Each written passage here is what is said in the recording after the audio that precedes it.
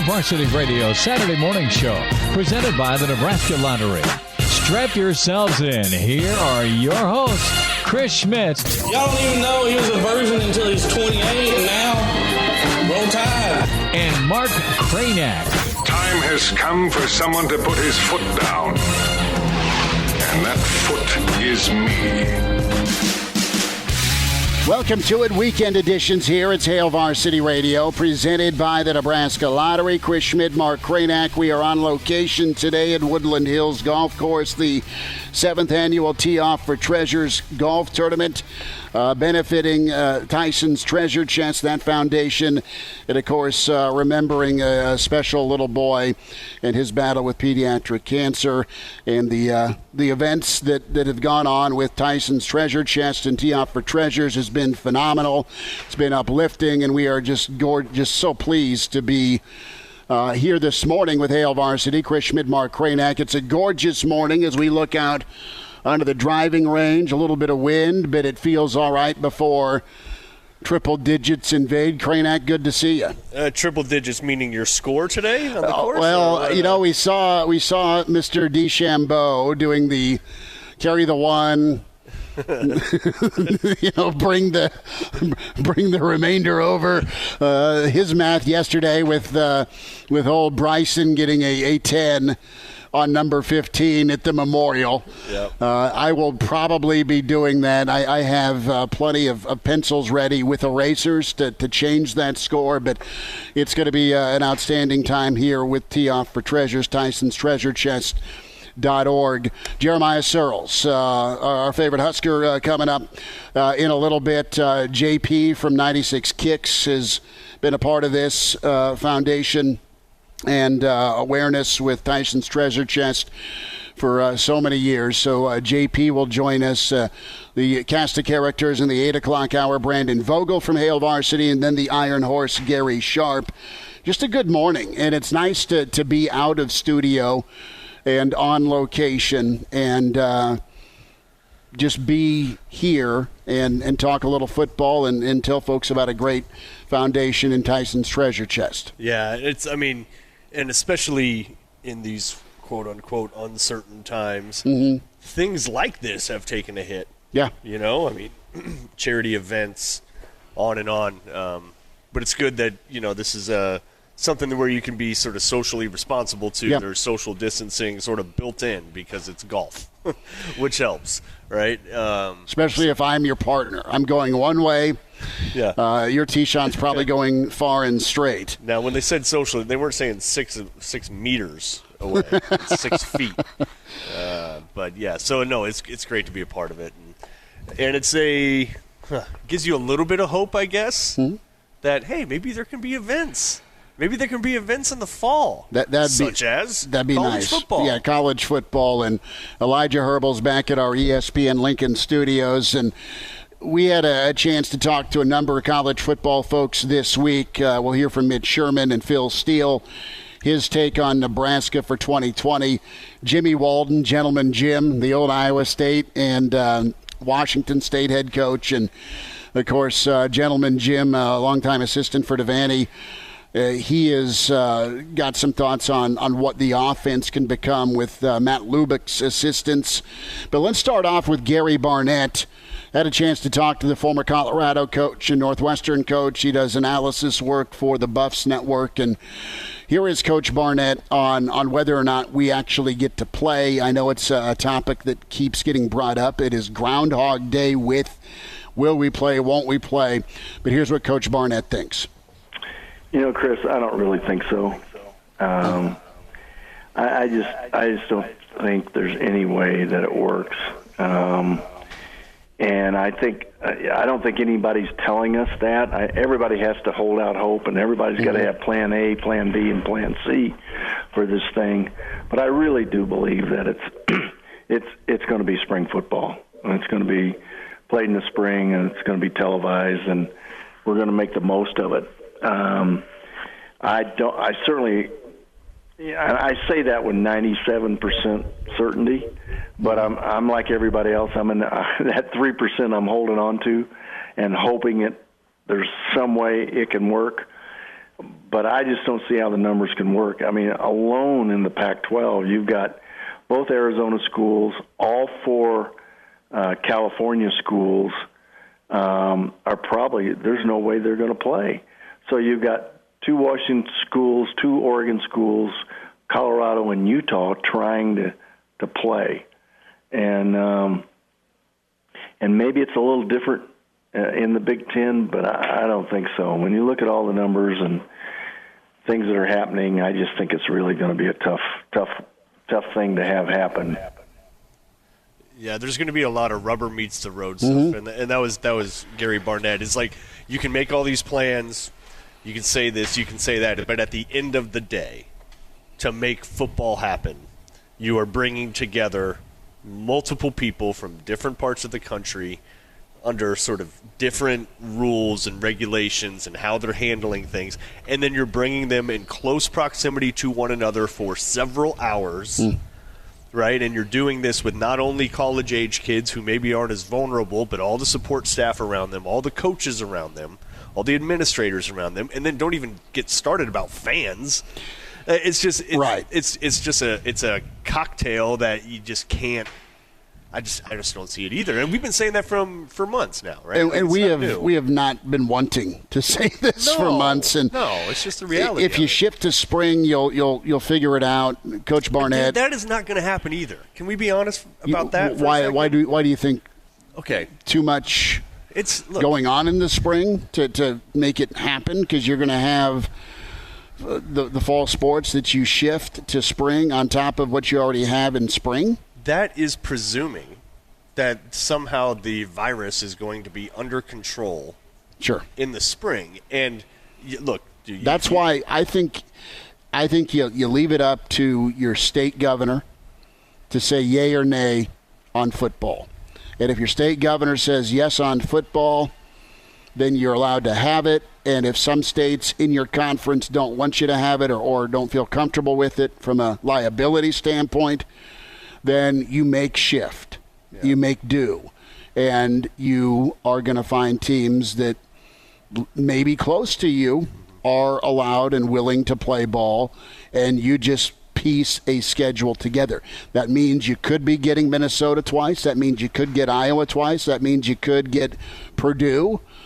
And that means maybe you take on a Kansas or an Iowa State. Let's think about what happens. Nebraska's in a different spot than the state of Florida. Nebraska's in a different spot than Arizona. So far.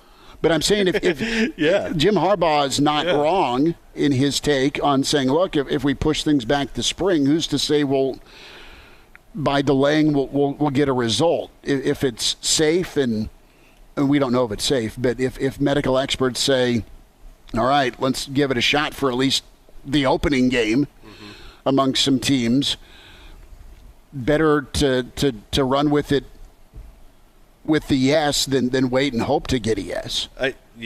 Look, we haven't even got into the economics, Kranak. I mean, but listen though, coming out of the spring is what you're coming out of the winter, and look, you can there's been a lot of differing information out there ever since this thing started. But the one thing that I think has been consistent from the medical community is don't expect a vaccine any sooner than 18 months.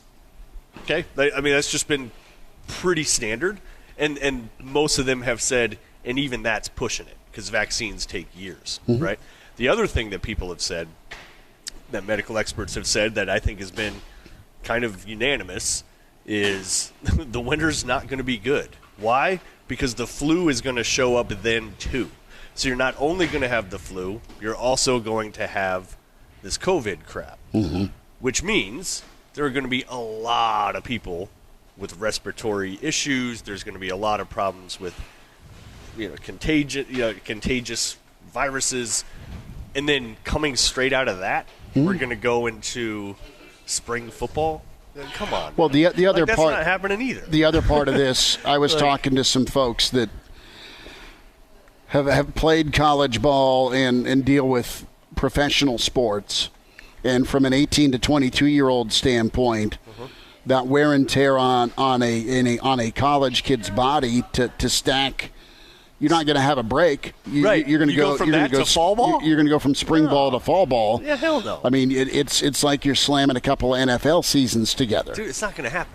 I think it's yeah. I could see this fall some team somewhere. Nebraska could be one of them, giving it a shot. Trying to put a game together, maybe doing a game, maybe doing a few games. But to think that this season is just going to be a season and that there's going to be playoffs and there's going to be a national champion and all that Cranack, stuff. money talks. And if teams move forward and say, look, we're going to give it a shot, okay, and some teams may give it a further shot for that playoff payday because they got to pay everything else. You're going to need some national funding to help supplement Title IX if there is a shutdown. Yeah, I mean it's a monster domino here, but no, and I think Nebraska is one of those schools though that are going to keep their pedal down to try and give it a shot. I think the SEC, right.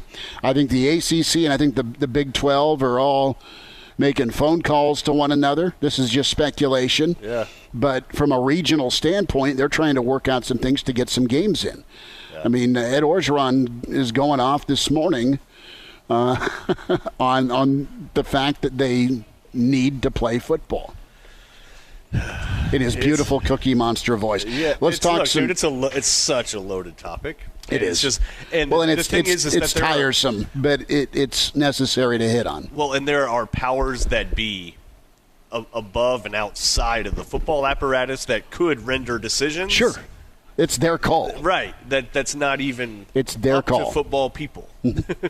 Right? So that's Mark Cranack, Chris Schmidt. We're here on location for the 7th annual tee-off for Treasures, Tyson's Treasure Chest Foundation. And it's an annual tournament here to raise awareness for pediatric cancer. And Tyson, a special young man that made connections with the Nebraska football program, and Tyson's family so loving. Their mission is to put happiness back into the hands of children fighting cancer and illness.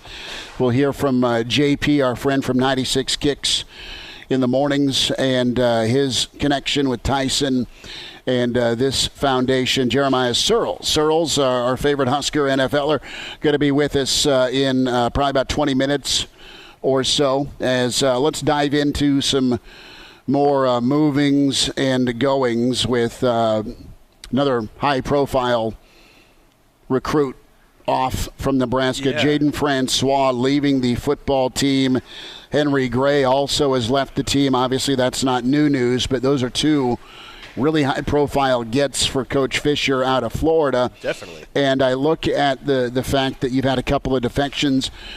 To me, it's as simple as, and you hear coaches talk about this all the time, we got to get kids who want to be here. Mm-hmm. And I look at the persuasion and plan that was laid out by Nebraska for Francois, mm-hmm. the plan that was laid out for Gray. Yep. And when push comes to shove, when you mix in all the BS that's going on with COVID yep. and family concerns and being away from home, it is tough to get kids from out of state to come here, period. You know that. And it's you may get them to come here, but do you get them to stay here? Yeah. This isn't the first time that Nebraska is going to get a high-profile kid from Florida or from California or from Texas. And it's not the last time Nebraska is going to have a kid leave, probably from I don't know this for sure, but from a homesickness standpoint, it was pretty tough to get Francois here, especially remember the signing day drama. Well, and that's sort of that could have been a harbinger because obviously he was waffling. Obviously he wasn't 100% convinced, even up until he put his signature down. He didn't know. Mm-hmm. He didn't know Miami was in his ear. He was confused. I think Ole Miss was whispering too. He ultimately had to make a decision. He chose Nebraska. He came here. He came here early. Yeah, COVID broke out. It's been a very disruptive kind of time frame for anybody, let alone somebody that's 18, just left high school, coming to the Midwest for the first time. So you can see it happening. But I say all that, but I think we're myopic if we got to monitor this. Sure. Look, the There has been a ton. There has been attrition. A ton. I mean, not just a little. A lot of it may be justified. Maybe it's just part of the overall process of cleaning house, bringing in your guys. At the same time, these are some of their guys. Right. At the same time that the transfer portal era has been coming alive, too. So there's a couple of forces at work. But I would venture to say that there have been few programs that have had as much of a revolving door as Nebraska over the past few years. Maybe it's for the greater good. I'm not saying this to be just critical and just saying, oh, my God, alarm bells going off. But we're idiots if we don't pay attention to it. No, you don't get a guy like Francois that Auburn offered, that Florida State offered, that Ohio State offered. Yeah. And you go back to Gray, you look at his recruit list. That's Alabama, that's Ohio State. I mean, those are the teams that you want to be mentioned with beyond recruiting. Yeah. Okay? Yeah. And we're all talking, what's Nebraska, what's their outlook like when it comes to kind of getting the program back stabilized. It's going to take kids out of Florida that stay in the program and play ball. I mean, it tells you it's one of the reasons why the recruiting team rankings I really don't pay attention to. Okay. Because, so here, what was that? Wasn't Henry Gray a 4-star too? Yeah. They're both 4-star kids. Okay, so if you were to re-rank, where's Nebraska now, like 6 months later? Sure. It's just sort of like, come on. The other thing, retention rate. There should be retention rate rankings. The other thing, though, to think about too is in Coach Fisher was on with the Husker Network this week, and you've got some of the young pups that have really gone to work this off season, putting on weight, doing the right things, getting healthy, putting on the right type of weight, buying into the nutrition, buying into the lifestyle that is Nebraska football. And those guys are looking at it as a job. This is what I need to do. It's competition in Coach Fisher's office and room every day. Yeah. So I need to realize that, on top of the fact that there's been a ton of praise, not only for what Miles Farmer is supposed to be. There's a lot of excitement about him in that secondary, but also Noah Pola-Gates, the strides, the maturity he has shown per Coach Fisher. I mean, those are just two guys right there. Nebraska is going to keep recruiting, and you got a couple of guys that are Florida kids that may have had a tough time separating from home. Yep. And then you look at we have no depth chart, but you look at what you're up against to get playing time. Yeah, good luck. And it's a daily grind and a daily battle. I really wish there was a football season this year specifically to watch the DBs do work, because I really think that this is the year, again, a season being played notwithstanding, I think this is the year where you would start to see Travis Fisher's room take hold of that defense. Sure. And, because we've talked about this for years, too. When you watched UCF at their prime, yes, you definitely had – why is his name escaping me? The linebacker that with the one hand that was just – Shaquem Griffin. Thank you. Yes, he was obviously a difference maker. Yeah. But on the whole, that defense was led by that secondary, and they were a mother to deal with. They do not beat Auburn. No. Without the mentality and the skill out of that secondary. I loved watching their corners play man-to-man, get off blocks, and make tackles at the line of scrimmage. Totally. And they did it every routinely. Down. They did it every down. And they did it with 170-pounders going toe-to-toe with 220-pounders, not caring. Guys did their job. Straight up. It was very, very unselfish. And I think you're going to start to see that with this group, because that's what Fisher demands, and he now has players that are completely bought into that philosophy and that way of life. Let's welcome in JP from 96 Kicks. He's part of the Tyson's Treasure Chest Foundation. JP, good to see you, man. Good to see you, too. It's been a while since the Real Red Reaction post games. Right. We're looking at each other going, how did Boulder happen? Right? Crane Heckler in Boulder. Or you and I had the post game Northwestern assignment from 2018. Those were fun. We don't remember much of the post game, but those were fun. Remember those games?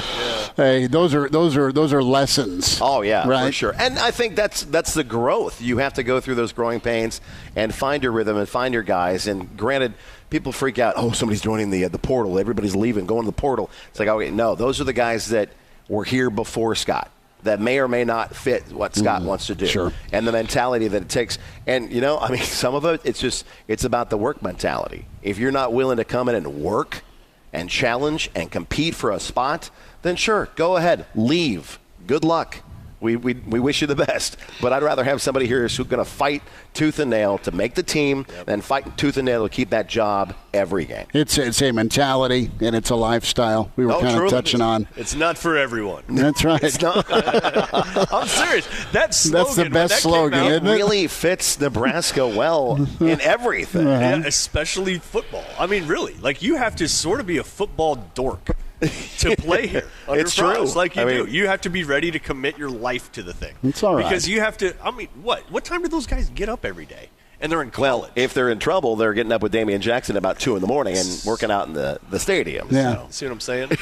So he's the police force? Oh, you haven't heard that? Oh, yeah. He's the man. Tell me. Okay. All right. Damian Jackson being the Navy SEAL. Yes. I've heard lots of stories of if you're late to class, late to meetings, late to practice. You go see you the go SEAL. see Damian. We'll see what your punishment is this week. And he's up in a tower with a sniper rifle and like, you better do that log roll, boy. You're doing his workout, and if his workout makes you puke, you go back to the beginning and you try again. Oh, man. Come back another day. I can see it. Yeah. I can see him being kind of the enforcer. Yeah, I would love that. And then they practice at 6:30 in the morning, Yeah. 6:15, which means they're up at 5. 5, hopefully. And they have to get something like 8-9 hours sleep, which means they're in bed at like 8:30. I mean, it's like boot camp for it 5 really years. is, as it should be. Right? We're playing this team, man. I'm sorry. Yeah. We need the best of the best. It is a fourth quarter that you need to be ready for against Wisconsin and Iowa. Exactly. JP is with us from 96 Kicks, Hail Varsity on the road here at Woodland Hills for the 7th annual Tee-Off for Treasures. JP, share your story with Tyson, your connection and your commitment, man, has been phenomenal to Tyson's Treasure Chest. Let our listeners know, if they're just checking in for the first time, how this event has been ongoing, but just how you connected to help folks know about Tyson and his family. It's so crazy how this little boy, he would be 16 this year. Yeah. How he's affected so many people, not even just Nebraska, Lincoln and Nebraska, but around the nation, really. And then his meetings with Jeremiah Searle and Kenny Bell and everybody that was a part of that Husker team that year that he came through and was going through chemotherapy and was dealing with pediatric brain cancer. And this kid had the biggest smile, and he was the best. And I had a chance to meet him when I was at a competing radio station at the time, and they wanted to come in and just kind of tour a radio station. They were doing a PSA for giving blood for the community blood bank. And this little bald kid came in and talked to me and said, Jason Aldean's my favorite person. I love Jason Aldean. And apparently I didn't realize this until I heard it the other night, that I gave him his first CD ever. He didn't have a CD. Okay. This little kid just listened to the radio and waited for Big Green Tractor to come on the radio. Yeah. And so to connect with him in that aspect, and to find out that he had pediatric brain cancer and it didn't look good, and that they were looking to try to just make his life a little better for a time period. And then we ran the campaign of just trying to get Tyson in front of Jason Aldean. And we knew that Jason Aldean was coming to open the Pinnacle Bank Arena. That was the first big show for country at the Pinnacle Bank Arena when they opened that up. And we did this huge Twitter campaign and Facebook campaign. And then after about 4 weeks of doing it, all of a sudden I got a notification that said, hey, Jason Aldean just did a video to Ty. And so he had this video of him sitting on his porch. He says, hey, because of blank, blank, and blank, we're not going to be able to hang out at PBA, but I want you to come to Atlanta to my show there. Oh, and sweet. the Chambers family have family in Atlanta, so it worked out perfect. They flew out to Atlanta, got a behind-the-scenes walk around from one of the people with Jason Aldean's crew, got to go to the show. Then they went to a Braves game, and they went to the ocean and swam in the ocean on the beach for a little bit, and then 2 weeks later he passed away.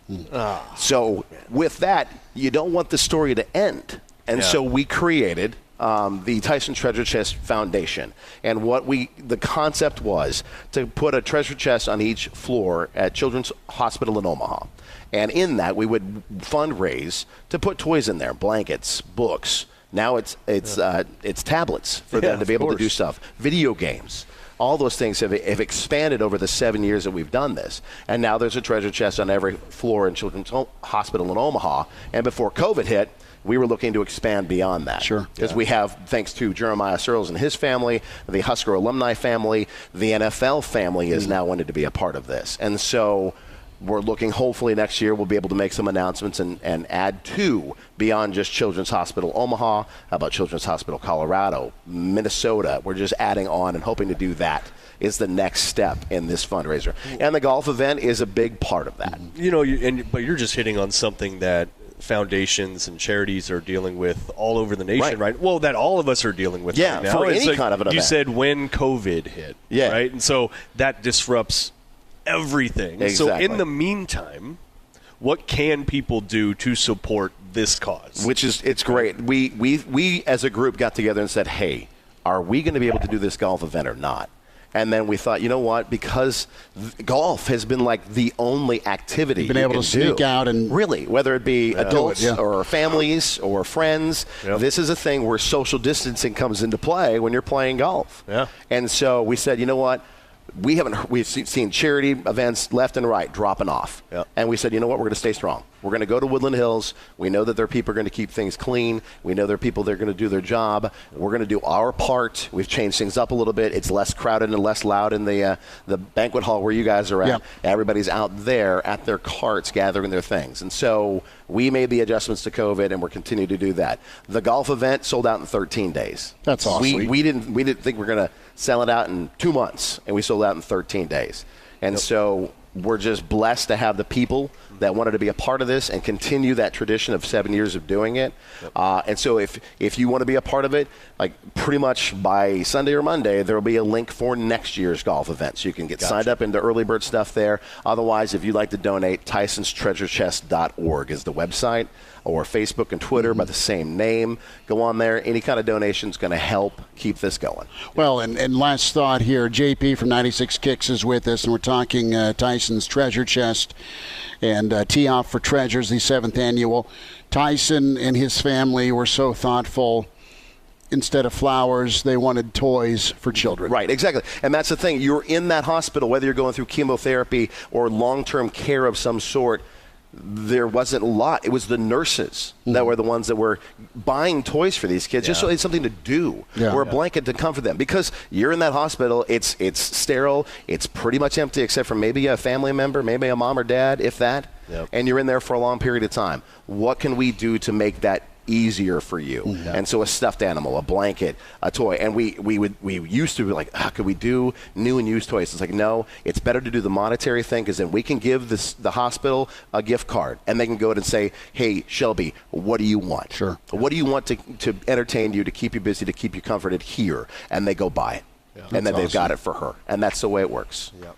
Well, so thoughtful and very powerful. JP, man, you're awesome. Hey, Thanks for what you're awesome. doing. I appreciate both you guys coming out and doing this again. Well, I think Krenak and I were trying to do the math. It's DeChambeau math, where we're carrying the one, right?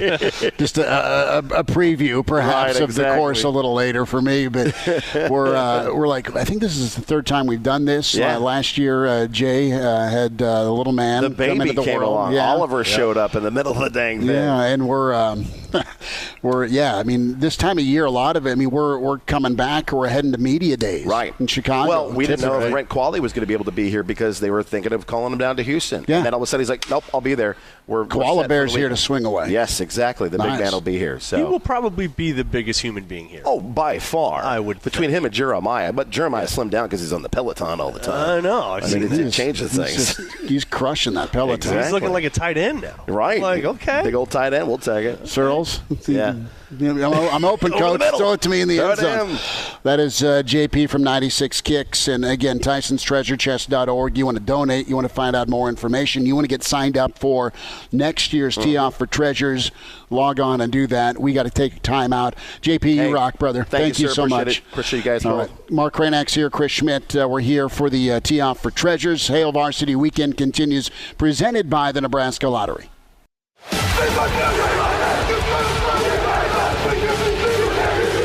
Now back with Hail Varsity Radio, presented by the Nebraska Lottery, with Chris Schmidt and Mark Kranak.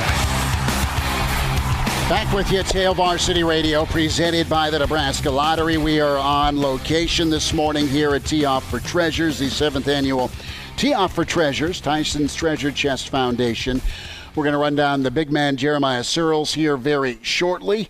Thanks to JP from our sister station, 96 Kicks, as he told you his story with Tyson and his connection.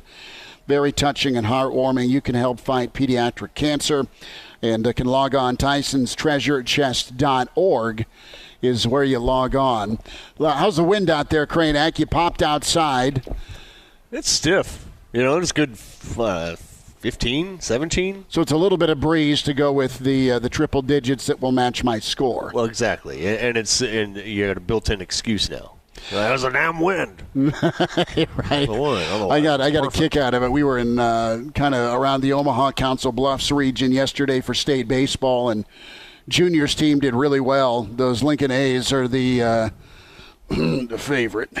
Okay. The favorite for state, and they kind of played like they knew they were the favorite, so they had to battle, and they did well. But so we're driving to grab something to eat between games, and Junior's been detasseling all week. Oh, dude, I'll never forget that. Well, he won't either. And it's funny because we're driving along, and my wife's like, so Carson, what type of crops are those? What type of crops are these? Just asking him as we stare off into fields, and his response was worth grounding him for. It was kind of funny, though, the way he says, I can't eat corn anymore because of what I've been doing. What time does he get up for that? He's up about the same time I am in the mornings. 4:30. Yeah, he's on a bus by 4:45. Oh, between York and Seward, and then just wearing a trash bag, trudging through. Well, he's mud. got like a seed hat. Okay, that's pretty cool, and then he's got a long sleeve it, and he's snagged my wireless, and he's working hard, man. He's doing well. Yeah, I'm proud of him. Yeah. You think a walk-on work to crack a starting lineup or get some major snaps? How about Jaquez Yant? Kid out of Tallahassee, another walk-on for Nebraska football. And originally it looked like Nebraska and other schools were thinking, linebacker or safety for him. But he's a running back as well. And Yant's a big kid, 6 foot, 2 bills, and pretty shifty. Very shifty, very powerful, and a guy that, Florida had offered as well. Coach Brett chimes in as they're on their way to Council Bluffs now. He has some beans if Carson wants them. Oh, perfect. Yeah, so some magic beans. But no, a nice get for Nebraska. And again, another kid out of Florida with the COVID situation. There was some questions about Yant's eligibility, but exactly. Nebraska stayed in on him, and you'll take another kid that played at a high level of ball down in Tallahassee. Yeah, from what I understand, he had trouble qualifying, and so didn't have your classic offers. At least at the time of signing, they're just schools just stayed away. But because of different changes with COVID and qualifications, he lo and behold did qualify, and they're getting him to walk on. And it's the third player? Yeah. Because you got the kid from Iowa also, who's scholarship sort of worthy and was on scholarship at Iowa. He's coming to Nebraska. You got another kid from Colorado State, same deal. And then now you get this guy also. So, Nebraska's creative, if nothing else, about how they fill out their roster. But this guy seems, some of his film, he's playing some quarterback. I think he kind of played both, so it might have been some Wildcat stuff. But when you say shifty, you're dead right. That's exactly what he's about. And with his size, that's a good thing. Get him in a weight program, see what happens. Let's talk about that weight program. You need to get in a weight program. So we say hi to the svelte Jeremiah Searles, our favorite Husker NFLer. Searles, what is up? It's nice to see you again. Oh, it's good, man. Good. Just been out pounding steaks, just getting a swole on before we go ahead and swing these clubs. Ribeye or T-bone? Ribeye. You just had a steak at 7:30? No, I was pounding the steaks in. I thought you meant pounding steak. Our lovely fearless leader forgot the post hole digger, so it was all by this little baby sledgehammer. So my shoulder's on fire. The shoulder velvet hammer swing by Searles is pretty good.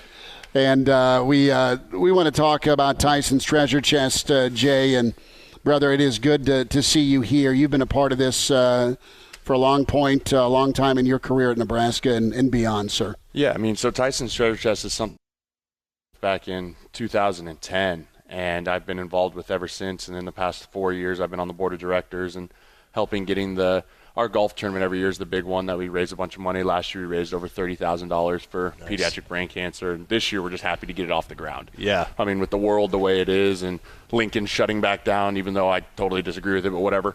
It's just nice to have community gather back together and raise money for a great cause. Mm-hmm.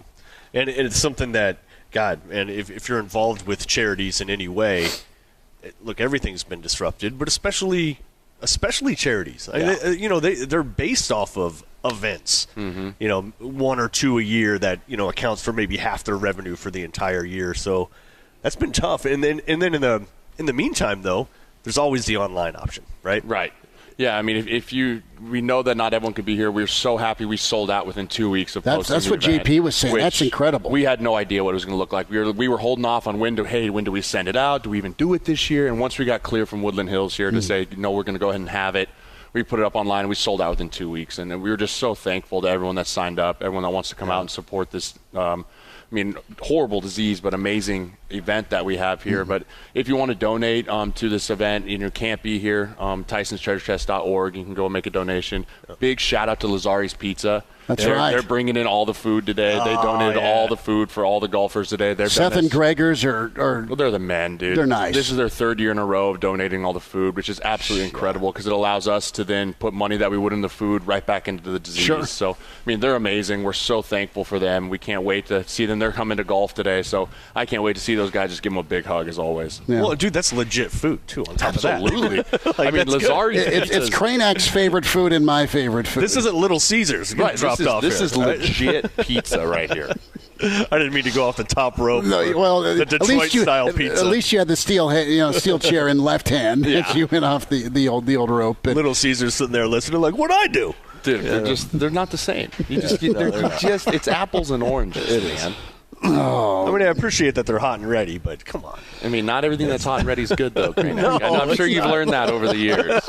I'm sure you've taken. We can go into spring break stories if you want when we talk hot and ready. I'm sure you're a hard learner, but maybe after the 3rd time you figured it out. Yeah. So what have you been up to, man? Man, besides being daddy. Yeah, I've been hanging out at home and hanging out with the little man. He turns a year on Monday, which is mind blowing because this time last year. I actually had to miss this tournament because it was the same day my son was born. So it's nice to be here. But no, I've just been hanging out with him and doing my gigs around the areas here and just hanging out. And then I'm also working to become a sports agent, which is really fun. So I've been traveling. I've been traveling on the road, recruiting guys for next year, and waiting to take my agency test whenever that may be. It was supposed to be the end of July, but again, the world's ending, so who knows when we're going to do that. What endorsement deals? Let's say. Let's just put you on the spot. Yeah. Searle's the agent. Cranak. Let's say Cranak's a tennis player. Love it. Okay, right. Or baseball. Golf. Let's go baseball. Baseball. Cranak played baseball. Okay. High level. Yeah. Low level. No. What would fit with him? I think hot and ready Little Caesars. Bring it in full circle. I'll be sitting there like pan.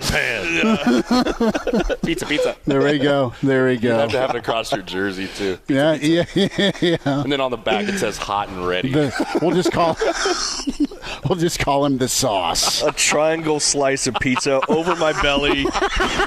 It gets skewed and stretched. It's like, damn it. Oh my God. We need to find another pitch man.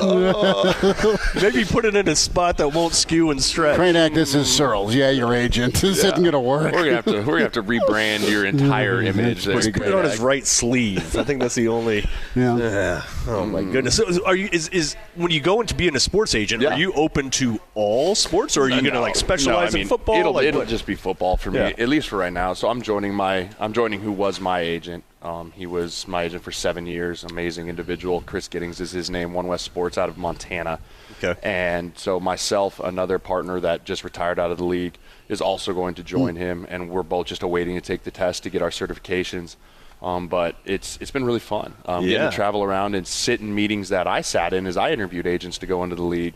and get to sell my pitch as to why I think I could be better than some of those guys. And I mean, the big obvious reason is I played. Yeah. Right. I mean, there's like 6 agents that there's like 2 to 1 NFL players to agents. So like there's a ton of agents. Wow.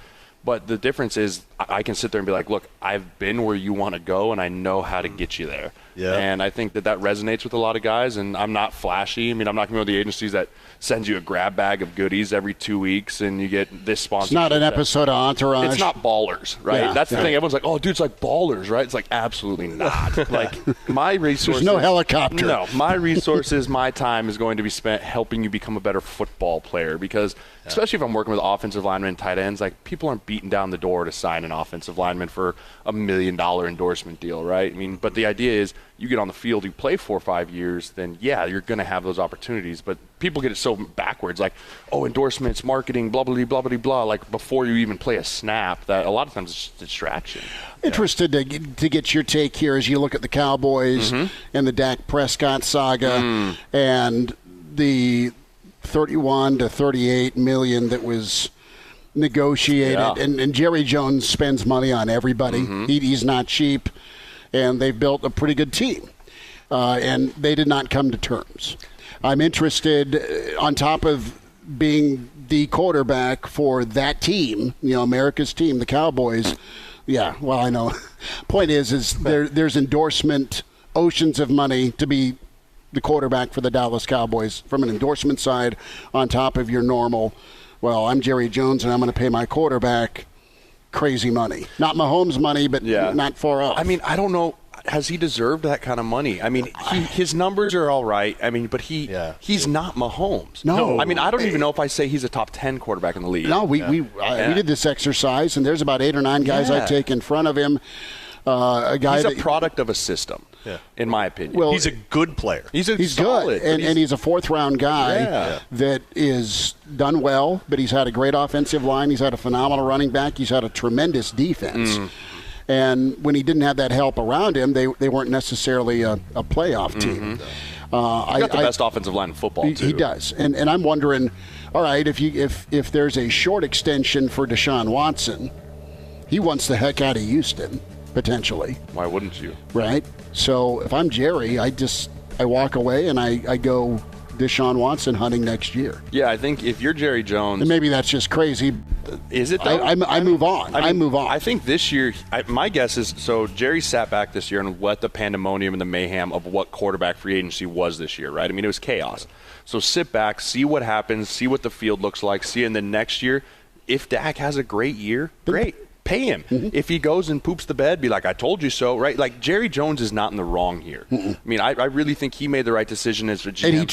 And he tried. But, you got to think, Dak's probably asking for ungodly numbers, right? He is. It takes 2 to tangle, whatever. I mean, you saw, who was that the other day? I think Anthony Harris from the Vikings was tweeting about, like, it takes 2 to make a deal, or maybe Justin Simmons from the Broncos.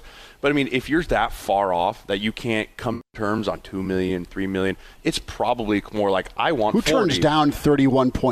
Someone that thinks they're worth 40. I mean, you got to think, too, that someone who thinks they're worth 40 over 4 years, so you're talking close to another $20 million. Like, you're probably going to turn that down. If that's truly what you think you're worth and you think you could get that in the open market, I don't know if he's worth that. Now, he goes out and lights the world on fire. Someone will pay it to him.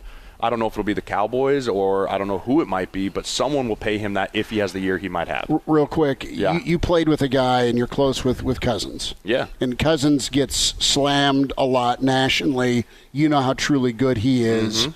And he makes it look either routine or easy by just kind of managing and then making some plays. And he's a guy I look at with that quarterback market at the time from Washington to Minnesota. Kind of go into that that target, that bullseye that's on a guy's back like that, where does it affect a guy that is A, getting that much money, and B, that much criticism for going to NFC Championship games? Yeah, I mean, I think that when you get paid that kind of money, it's Super Bowl or bust. I mean, there's no other option. I mean, you could go to the NFC Championship every single year for your entire length of your career, and which is awesome, but unbelievable, right? But it's just like, well, you didn't win it, so that contract wasn't worth it. I mean, the second you pay someone, I mean, if Mahomes doesn't win MVP or another Super Bowl under this deal, it will be looked at he needs a couple as a Super Bowls. waste of money. right? That's what it'll be looked at as. But the second people don't understand, once you pay quarterbacks these money, your team starts dissipating. You got a 2-year window before that contract really starts tolling into the cap. I mean, look what happened to Minnesota this year. Everson Griffin, gone. Linval Joseph, gone. Stephon Diggs, gone. I mean, you go right down the line. Xavier Rhodes, gone. I mean, these are Pro Bowl, the Seahawks defense. Yes, I'm telling you. Post Russell. You can only if you pay your quarterback more than 12% of your cap, you're going to start seeing teams have to start get rid of guys because you cannot afford good players. So you have a 2-year window, which is what the Vikings had. And then they had to sell their soul to Kirk Cousins again, good, bad, or indifferent, in order just to have cap room to sign guys this year. And so when you have the target on your back, you're looked at as the villain for no other reason than you got paid a bunch of money. Because from the outside world, you're looked at, you demanded all this, and now our team is crap. It's like, well, no, I might have deserved this money. But at this point, it doesn't matter. I'm getting paid this because I deserve it, but the rest of the team has to suffer. So it's this weird conundrum. And Tom Brady made it look easy because his wife makes $1 gazillion, so he don't care. He always took the family discount. Yeah, he take the family discount because he don't care. But a lot of these guys don't have Giselle sitting at home with 2 kids and a Victoria's Secret $1 billion catalog, right? It doesn't matter. It doesn't work like that. Yeah, jeez. Well, and you mentioned Prescott, like, hey, why does he think he's worth 40 versus 30? That's part of the role of the agent, too. Yeah, right? Because absolutely. I doubt it's Dak Prescott sitting there crunching the numbers saying, well, I'm worth 37.6. Like, no. That's the agent kind of coming in saying, you're worth 40, and is it worth it? How much is that a part of what you're going to be doing, where it's like you have to be real with the player you're representing, saying, dude, you're probably really worth it. It's a fine line to not tick him off, well, but be honest. It's a fine line because it's a weird thing. You work for the player as the agent. So if the player says, I'm worth 40, and you're like, maybe you're not. And he goes, I'm telling you I'm worth 40. You don't really have a ton of wiggle room. No. Because he can just be like, all right, well, you know what? I'm going to go find an agent that thinks I'm worth 40, and I'll hire him because you can fire your agent at any time. Yeah. Any time. And as long as you're not under a deal that he negotiated for you, he cannot get paid. So if he's going into free agency next year and he thinks his agent did a poop job this year, he could fire his agent, hire a new agent, and his agent that's been with him since the 4th round all the way through here gets squat. Wow. So it's a fine line if you're an agent of like you call up Dak. Hey, Dak, Cowboys offered 31. Well, I'm worth 40. Yeah, but that's $31 million per year. And it's like, I'm worth 40. And so then you got to go back and be like, hey, we got to do 40. And there's not a ton of wiggle room to that. But again, that's why I'll never represent a quarterback. Cause I was going to say, I can't handle that. Yeah, I'll protect you, but I won't represent. Searles is flexing on Gregath. It's pretty nice. He's so small. Well. So tiny.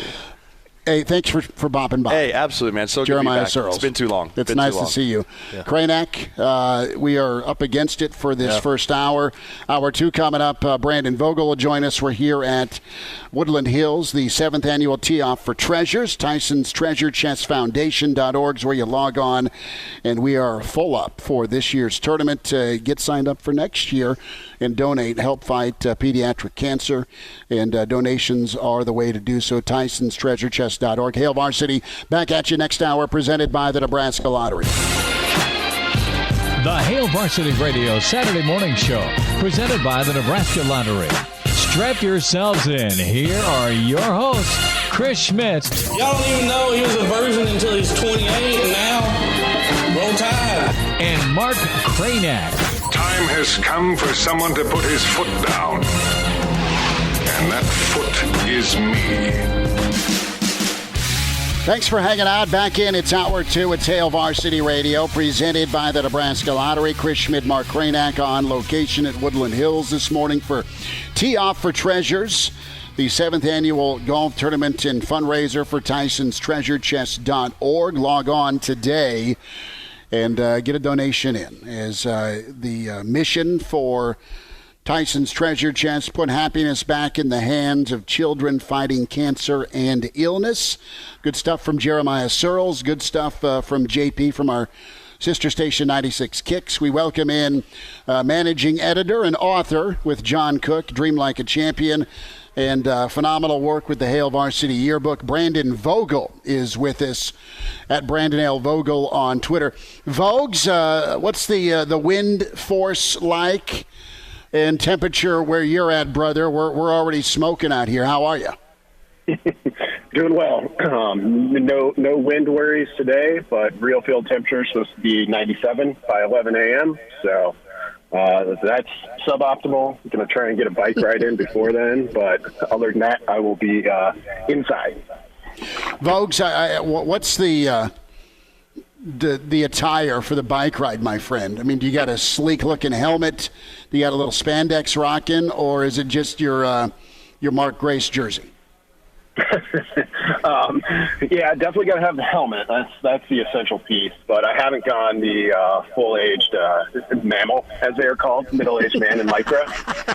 But I'm not afraid to get there eventually. But today's gonna be a little bit of off-road biking, so just some shorts and a long sleeve shirt to try and keep the sun away a little bit.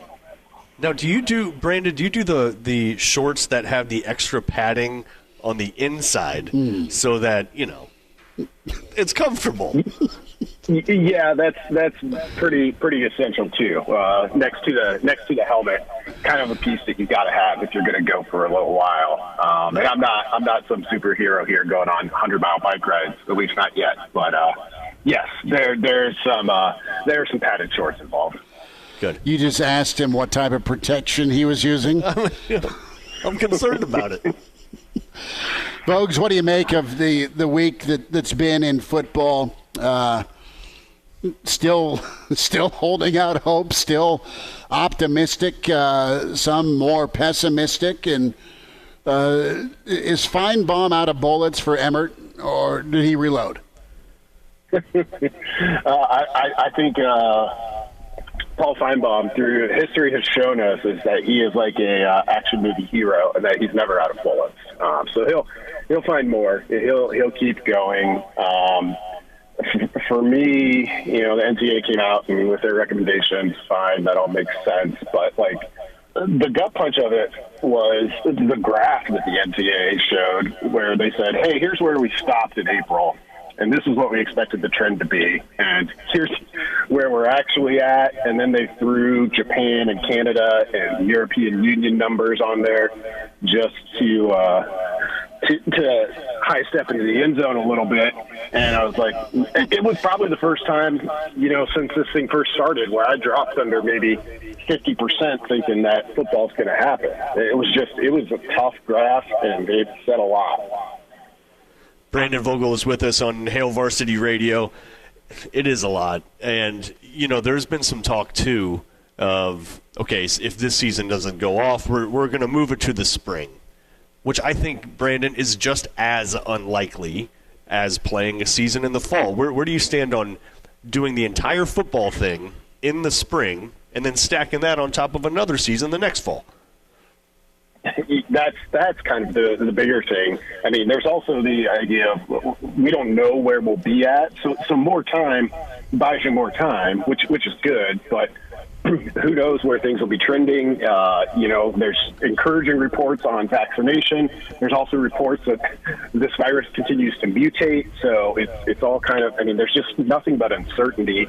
And I think if they get to that point, they'll certainly explore a spring season, but then it all kind of comes back to the tricky definition of amateurism the NCAA is so closely hewn to, where, okay, you can't play in the fall because COVID represents a real risk to the players. Maybe COVID's less of a risk, but then what's the risk of playing 2 football seasons in 8 months? That's real too, and it all kind of messes with the NCAA's definition that, hey, these are just students who also happen to be the best 1,300 football players in the country. So I don't think it's an easy path there either. Brandon Vogel is with us on Hail Varsity Radio. We're here at Woodland Hills for Tee Off for Treasures, the 7th annual golf tournament and fundraiser for Tyson's TreasureChest.org. Good stuff from Jeremiah Searles as he is part of it. Also, JP from our sister station 96 Kicks, a chance to raise awareness and help battle pediatric cancer. It is just an awesome event, and we're thankful to be out here. We're excited to spend a few minutes with Brandon Vogel from HailVarsity.com and magazine. Vogues, I want to shift gears and talk about more departures from Nebraska. Another Florida talent. This is Jaden Francois, and another 4-star secondary guy from Coach Fisher's room. No need for panic, but this is not a new story for Nebraska when it comes to attrition. What's your reaction to the loss of Francois? Yeah, it definitely hurts. I mean, he's the guy that they wanted, as evidenced by the kind of degrees they went to get him. And you pair it with Henry Gray, 2 4-star DBs.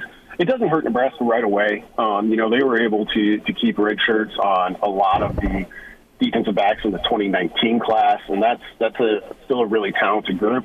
But at some point, a year or two down the line, you're going to have to make up missing those two. And that'll be something you have to address through recruiting or through the transfer portal. So it's tough in that regard. I haven't seen, when the news came yesterday, I wondered, is this kind of happening throughout the country where you have some of these guys who are more guys dropping off just because of kind of the upheaval nationwide before they even get to their first season.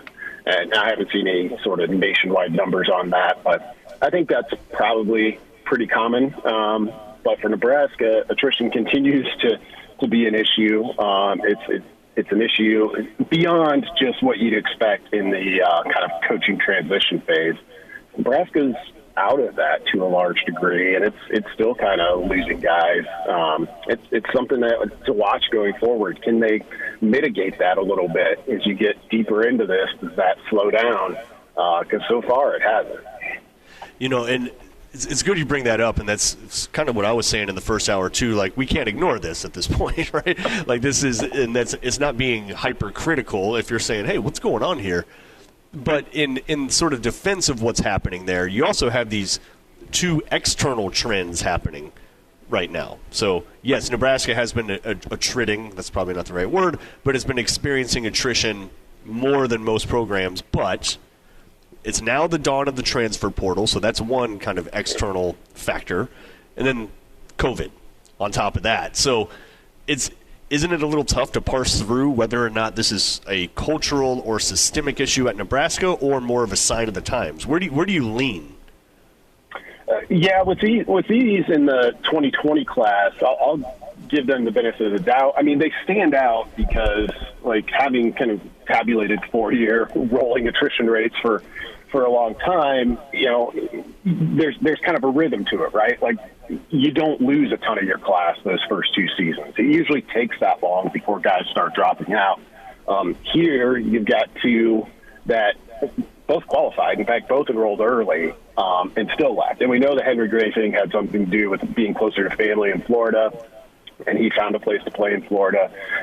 Haven't heard that about Francois, but you kind of assume something like that might have been in play. So with this one, for now, I think you can chalk that up to, hey, maybe it was just a strange time. Nothing was normal for these guys. You can't expect kind of the normal attrition rate or players leaving or choosing to stay. But as we get a little bit further down the road, it's still 2 guys you lost from your class. And when Nebraska trends at about 40% of its scholarship recruiting classes leaving before they either go pro or finish their eligibility, it hurts to be 2 steps closer to that already for a class that hasn't even played its first football game yet. Brandon Vogel is with us on Hail Varsity Radio, and of course we're talking about a position group that I think we've all been pretty high on ever since this new staff came to Nebraska from Central Florida. Is you could not ignore the DBs when you were watching that version of UCF, and early returns pretty good right now for Travis Fisher. As you look at, assuming there's a season, which there's not, that's why it's so weird to talk about this, but wouldn't you think this is the year where you would start to see that secondary take a very prominent role on the defense overall? Do you have that feeling in general about that particular position group on this defense? I do, and you look at Nebraska's defense as a whole. Some returning players, a linebacker, but still some things to sort out. Defensive line is largely a blank slate, so it sets up as a year that Nebraska needs to be kind of led back to front, I think. And it also sets up as a year for Nebraska where I think they have the players to do that. So in addition to the kind of 4 returning starters, factoring Cam Taylor-Britt in there wherever he ends up and how they decide to use him. You've got 4. So you've got veterans like DiCaprio Bootle and Markel Dismuke, and that's good. And then you've got this second wave of guys, largely freshmen in last year's class, but also Braxton Clark, he saw some playing time. That kind of looks like the future, and I think it gives Nebraska the ability to really play, assuming everybody gets healthy and is ready to go, 6-7 guys back there. If they want to, and if those younger players are ready, there's just a ton of versatility there. There's a ton of athleticism. There's a ton of length. It's part, if you divide this out by position, I think it might be one of the positions, if not the position, that kind of looks like the closest to what they want it to be. And that's pretty good work in, basically 3 recruiting classes. Brandon Vogel is with us on Hail Varsity Radio as we get set to, we're here at Woodland Hills for Tyson's Treasure Chest charity golf tournament. Chris Schmidt is on assignment there. He tees off at 8:30, so Mark Cranack with you up through the end of the show today at 9 o'clock. Hey, let's, okay, I know you just said under 50% is kind of where you handicap there being any sort of football season this year. Even if there is, I think we know it's going to be fragmented. Right, because there's going to be some states, some schools, some situations that are just going to have to shut it down, even if there are, some teams that are trying to play. Because of that, it makes the season interesting from this standpoint, Brandon. It's like normally whenever you go into a season, it's kind of like chapters unfolding, and however you perform in week 2 kind of has an impact on 3 and 4 and overall standings and pole position and all that. Whereas this year, if there is any kind of playing, it's really just about that game that day, right? Like it's not deeper than that because you're not necessarily positioning yourself to play in some championship game that's probably not going to happen. In that way, does that make this year kind of intriguing to you that it's really about that game that day and really nothing else macro?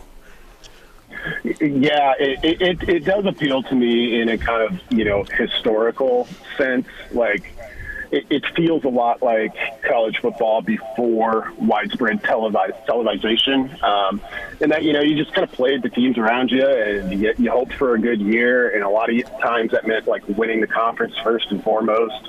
It's almost like an era, and I would be very surprised if there are bowl games, of course, even if there is football, but where you had maybe 4 bowl games, and it was like, yeah, we had a great year. We went 8-1-1 and won our conference and didn't go to a bowl game, but it was like you won what you could, and you were as good as you could be. It's a little bit like the Ivy League, ironically, because they're not playing this year, but Ivy League's just off there and kind of does its own thing, and like, the top prize is to win the conference. They don't let their teams go to the FCS playoffs, so the champion is usually plenty good enough to do so. It'll be a little bit of a throwback, and I wouldn't want it full-time, but if we're talking about, hey, let's have some sort of football, I could get behind it for a year, for sure.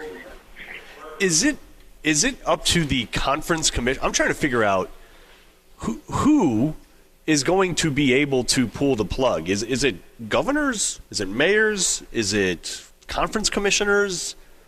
Who is going to decide whether or not this thing happens? Yeah, it's hard to tell with college football, which tells you a lot about the sport itself. But I think it's probably the conference commissioners, if they've got kind of a tacit or explicit sign-off from the state governors, is kind of how I've pieced it together in my mind.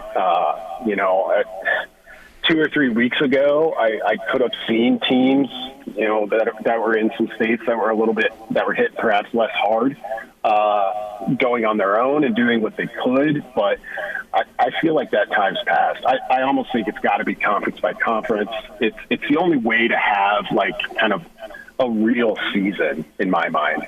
So if the Big Ten's all a go, and maybe you could lose like 1 or 2 teams per conference, but more than that, I would be surprised if conferences just didn't shut it all down. I mean, you start looking like at eligibility clocks, like say Nebraska is one of 30 teams that plays this year. Maybe you get 5-6 games out of that because you got to have teams to play, but you don't want to be going all over the country. Do you burn a year of those kids' eligibility? You play basically a 5 or 6 game season that's going nowhere. Meanwhile, Kentucky says, well, we're going to wait until the spring, and they'll get full 12 games in, maybe. It just becomes so messy. So I think, like, the conferences are the key. You may see some conferences say, yep, we're going. And that's fine. You can keep things pretty internal and play a fairly robust schedule and do that. But once you start losing teams out of those conferences, I think it becomes pretty tough. See, Brandon, teams are working out right now. They're together. There is some social distancing happening where they're working in smaller groups more often, type thing. But if the plug is pulled here, do you think it's pulled altogether, or does it continue like it is now, where you have these teams in a kind of perpetual state of training? Yeah, I think they would be allowed to do something on campus. I don't know. I mean, with the education part of it, with schools deciding to go primarily online or all online, that all varies case to case as well. I don't know if those would be voluntary or involuntary. We saw with the Junior College Association, National Junior College Athletic Association, they basically have given a 60-day window. So it's similar to spring football. Like, you've got 60 days and you can work out a certain amount within those 60 days. I could see something like that. The Ivy League, I don't think they've put out a specific plan yet, but they are allowing teams to work out and practice to a degree in the fall, even though they're not playing. So, yeah, I think there'd be football workouts, and it would be strange because it would feel a little bit, like you said, like perpetual workouts. If you're one of those Nebraska guys who didn't leave or left but came back relatively quickly back in the spring, and then you've gone through summer workouts, and now the official workouts, and then just more workouts, it's going to become a grind. Brandon Vogel is with us on Hail Varsity Radio. And fans notwithstanding, I mean, even if there are some games, it's just hard to imagine there will be any significant amount of fans in any stadium. And I think it's more understandable, Brandon, that college would be more at risk right now. But what do you think about NFL? Yeah, it seems like with smaller roster sizes, a little bit more control over where those team practice facilities are usually pretty remote anyway, and pretty much in a bubble for de facto purposes anyway. Like, I think they can control the player part of it. It becomes the fan thing. And with the NFL, maybe it can withstand, like, especially if there's no college football. Like, I know these rights deals are already in place, but all of a sudden you've got, like, the property that everybody wants. Like, football is the sport that America cares the most about. And if you've got the only football going, you become pretty valuable. I think the NFL probably finds a way to do it. Yep. Brandon Vogel, managing editor for Hail Varsity. Appreciate you joining us, sir. And hopefully we get a little bit of certainty here in the next couple of weeks. And I don't know. By the way, when are you expecting that? Are we expecting, like, when is there going to be a final word? Do you know? Yeah. I mean, it seems like August 1st is the date you keep hearing from conference commissioners to make a, like, play or don't play decision, because at that point, like, the wheels are that's right before the wheels are fully in motion.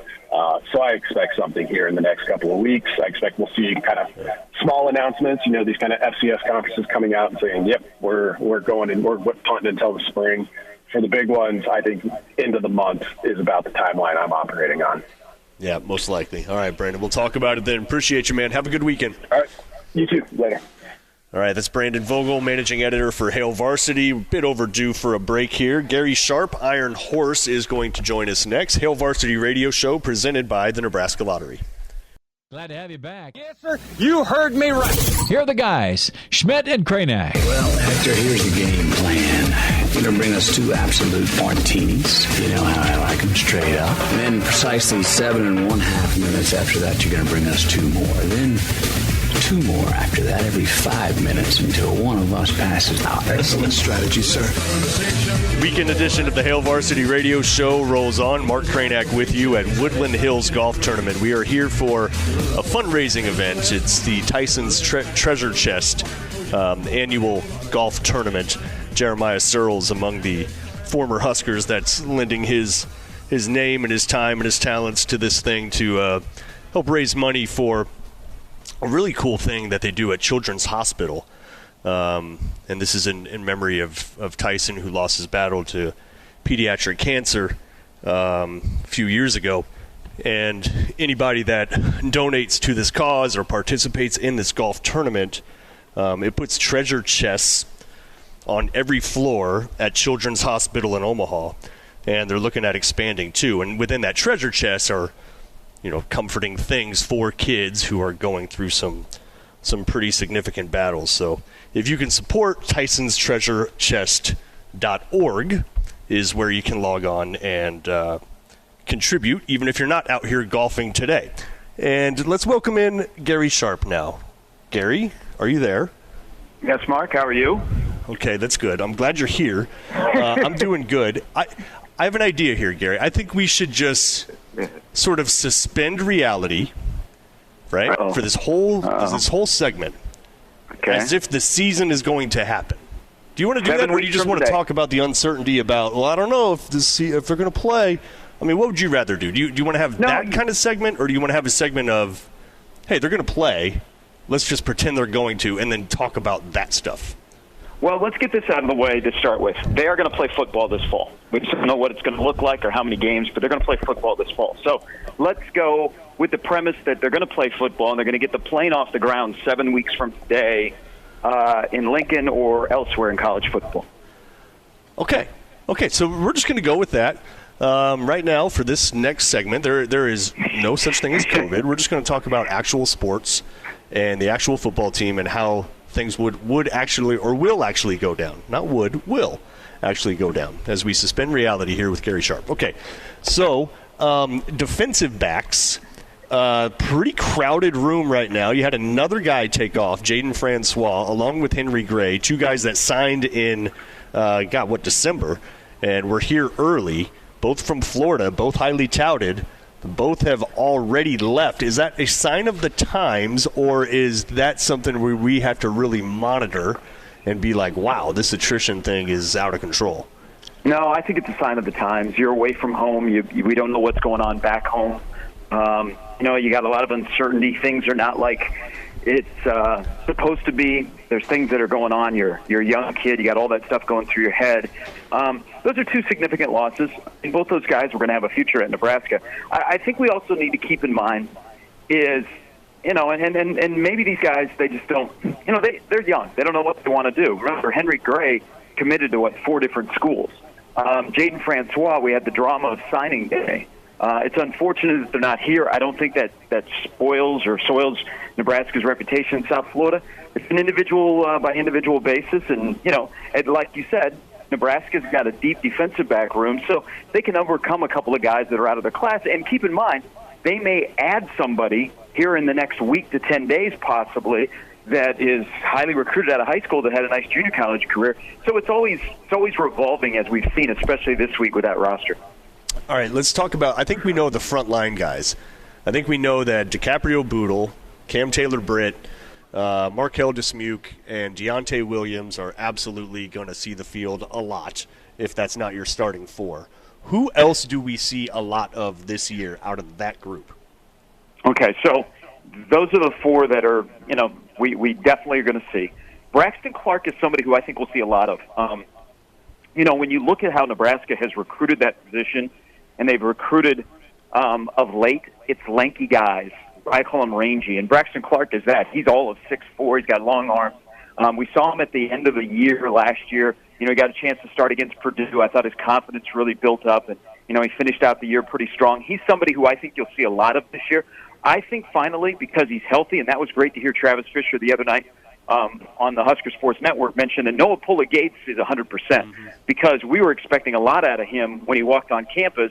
He battled injuries. Now he's battling back, and that's a guy, if he is a legit 190 at his size and his speed, I think he's someone that'll get on the field as well. And then, I don't know about you, Mark and Elijah, but when Travis Fisher said Lynham had added 26 pounds, now he had weight to add, and he actually, if you go back, I think it was Scott Frost that mentioned in the first couple of weeks that he was on campus, he'd already added 10 pounds.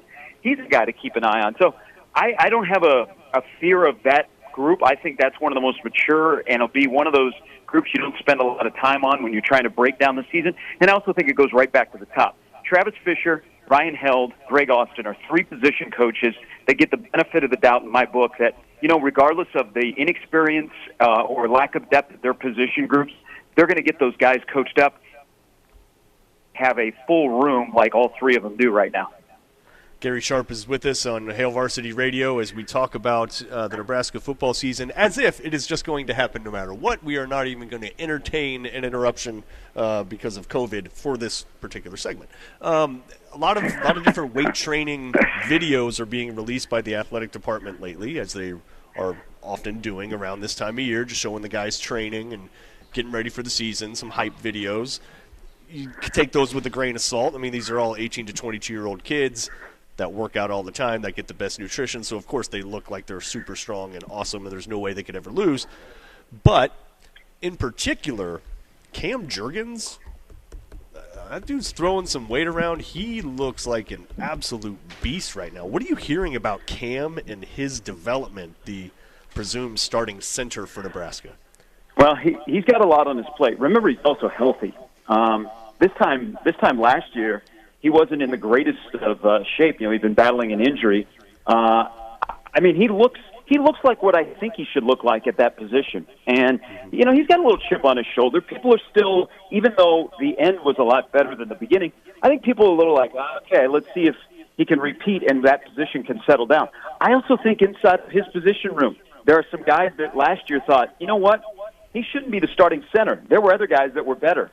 Still got to go out and prove it. But if he is anywhere near like his head coach put him on that pedestal last year and threw out some names that are big-time offensive linemen and centers at Nebraska, then that's a great start. I expect him to have the kind of year that we expect out of him, and that is a solid year. He'll be a lot more comfortable. We won't have to talk about the snapping issue. He'll be a guy that gets to the second level and blocks, and he'll be able to show off his athletic ability. Now, the video that stood out the most, guys, is the 35-year-old Marvin Scott, who's got a family of four, has got a couple of houses, and he's got a nice portfolio.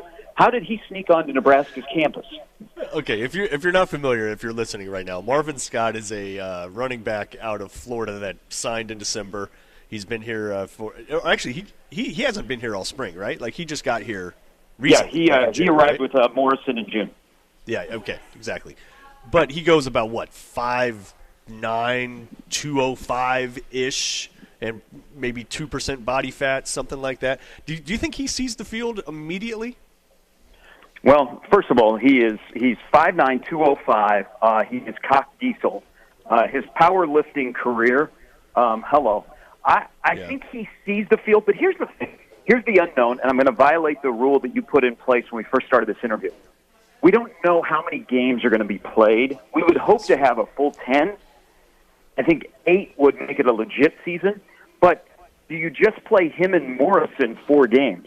The wild card is we think Ramir Johnson's going to be the number 2 back. Who's going to be the number 3? Because I don't think Wan'Dale Robinson will carry the ball as much as he did last year. It could be Marvin Scott. Marvin Scott is built where you hand him the ball, people just kind of they bounce off of him while he runs. I think it's important to get Scott and Morrison into game activity this year, but boy, it'd be nice to preserve the red shirt because then you have a stacked running back room when you add Irwin coming from Georgia and you lose Mills next year. I mean, that is a loaded backfield. But I'll be very curious to see, especially with Marvin Scott, is he just a running back or can they throw the football out of the backfield? I think that's what will separate the running backs behind Mills is who can catch it out of the backfield along with running it. But I'm excited to see him play. I mean, you watch his film, and he was playing at a pretty good high school in Florida. He was dominating guys. He was flat out running over guys at 5'9", 205. As long as health is good for Dedrick Mills, look, I think that's been an unsettled position in general for a while. I mean, going back, honestly, since Abdullah left, I don't think you've had that for sure bell cow that you knew you were going to give the ball to and you knew was the starter? Honestly, since Abdullah. Newbie had a cup of coffee, obviously, but I don't think he ever developed into that bell cow or had a secure hold on that job.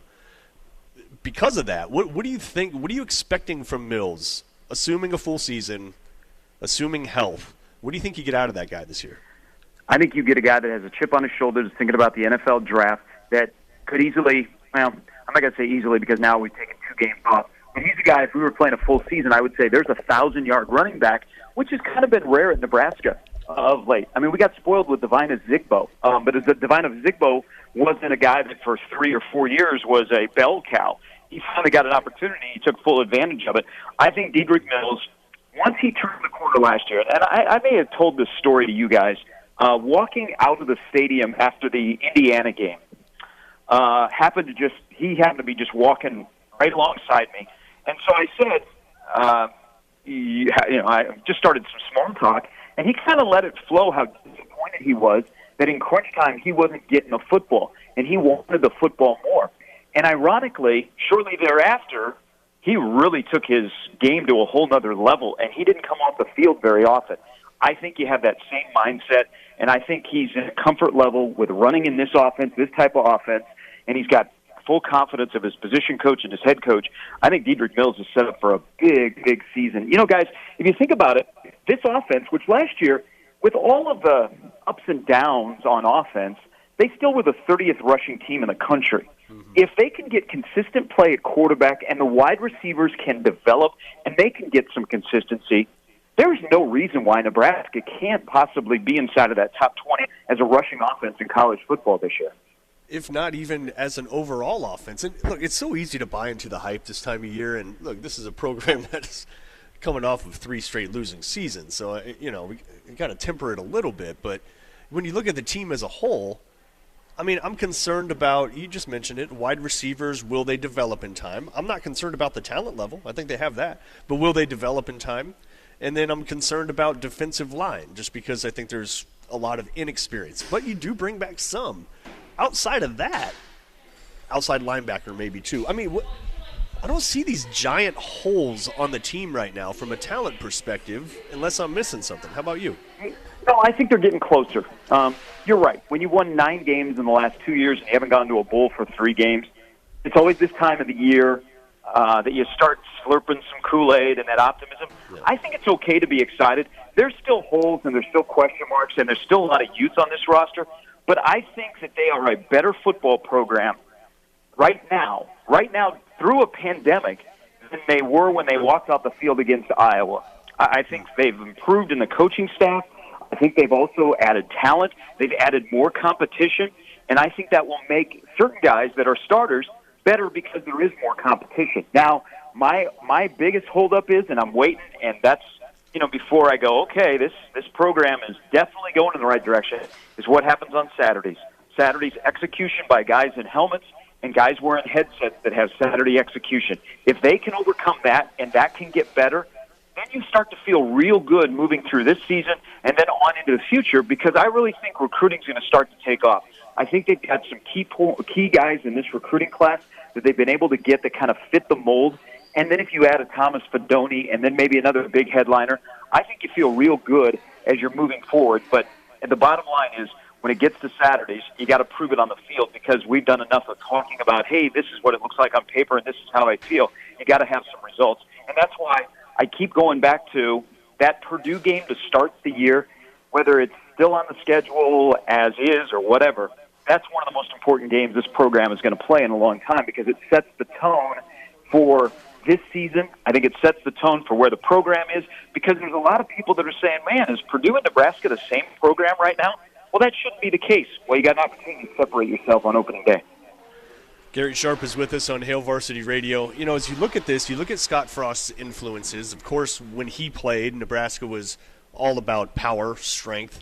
Of course, had some speed in there too, specifically defensively. By the time Frost was here, it was a very fast defense.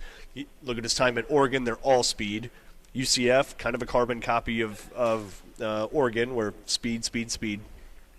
I'm not seeing that emphasis, that same emphasis on speed and collect speed at all costs, they're not taking small guys.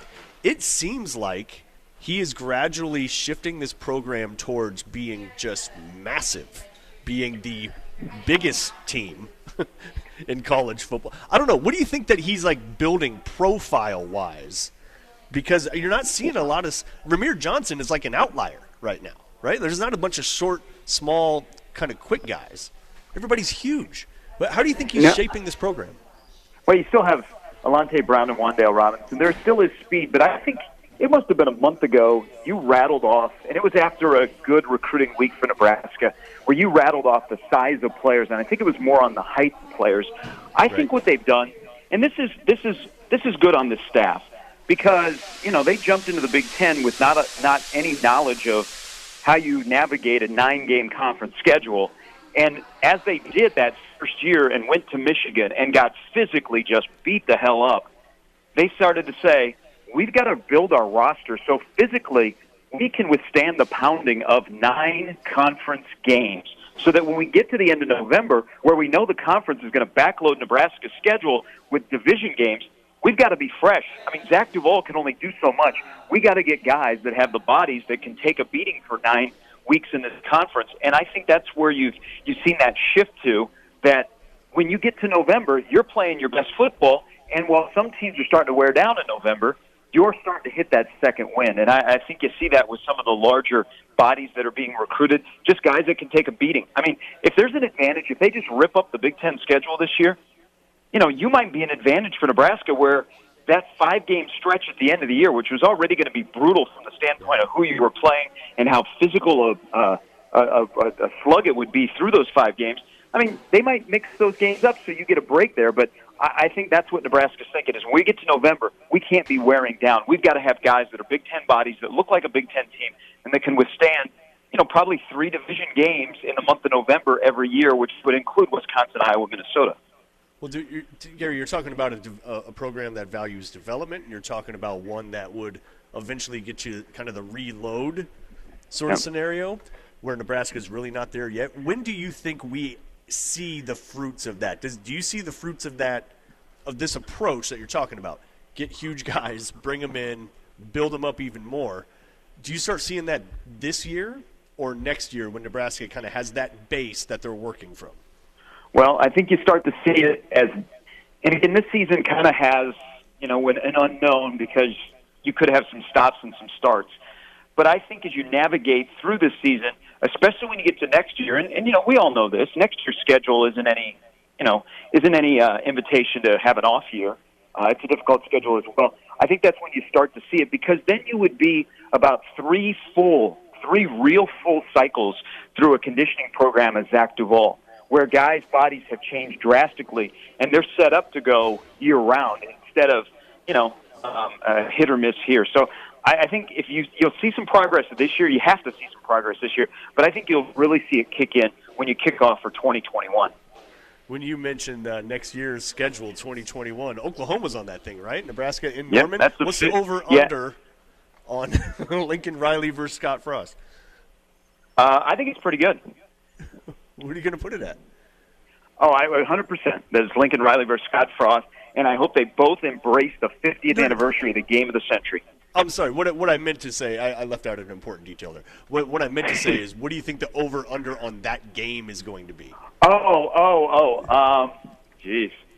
I will say 70-72. Yeah. And I would take the overs there. Next year is kind of I can see why, I would be really, really shocked if we had spring football. I mean, that would be the last resort if we went nuclear this fall and there was no football and you had to recoup something and play spring football. Keep in mind, Nebraska's 2021 schedule starts earlier than anybody else in the country because they're going to Ireland. So if you're thinking, okay, hey, Nebraska, just play spring football, remember, their offseason is already going to be shortened because they'll leave a little bit early for Ireland. They're playing week 0. But, yeah, the 2021 schedule, I mean, we're all staring at that last 5 games of what the schedule is going to be this year. That 2021 schedule, I mean, that's for fans, that's entertaining.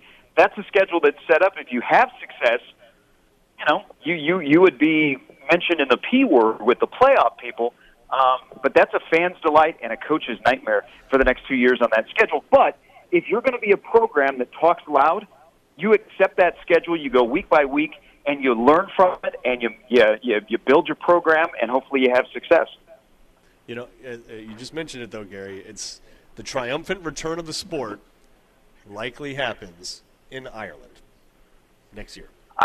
You know what? I know you said that. You know what? I don't want to say this was in April. You said, hey, did you know this could be the scenario where the next college football game actually is Nebraska, and they're going to play Illinois? I'm telling you, they're going to play football this fall. Okay. They will find a way to play football. It might be 7 weeks from today. It might be 9 weeks from today. But I truly believe that they will find a way to play football because as we look around the country, we know that there are numerous states and numerous areas that are having cases that are skyrocketing. We know that this past week wasn't a great week for college football in the caretakers and what they were saying.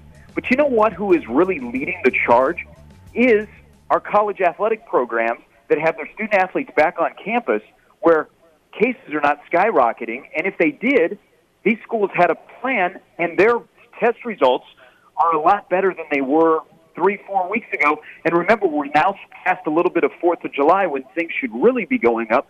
I think there's some positivity on our campuses. I think they're showing the way what it's like to be a teammate. Hopefully other people follow suit. But I still believe that we will have football. Just don't know when. Will it be 9 weeks from today? Will it be,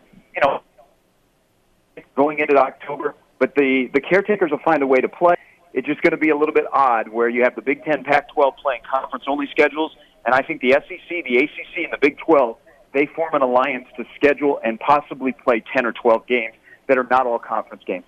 All right, Gary, we're recording this, so if this turns out to be wrong, we're going to play this back and shame you in a couple weeks. But I will buy you. I will take you to your favorite Irish pub if that is the next game that we see in college football between Nebraska and Illinois.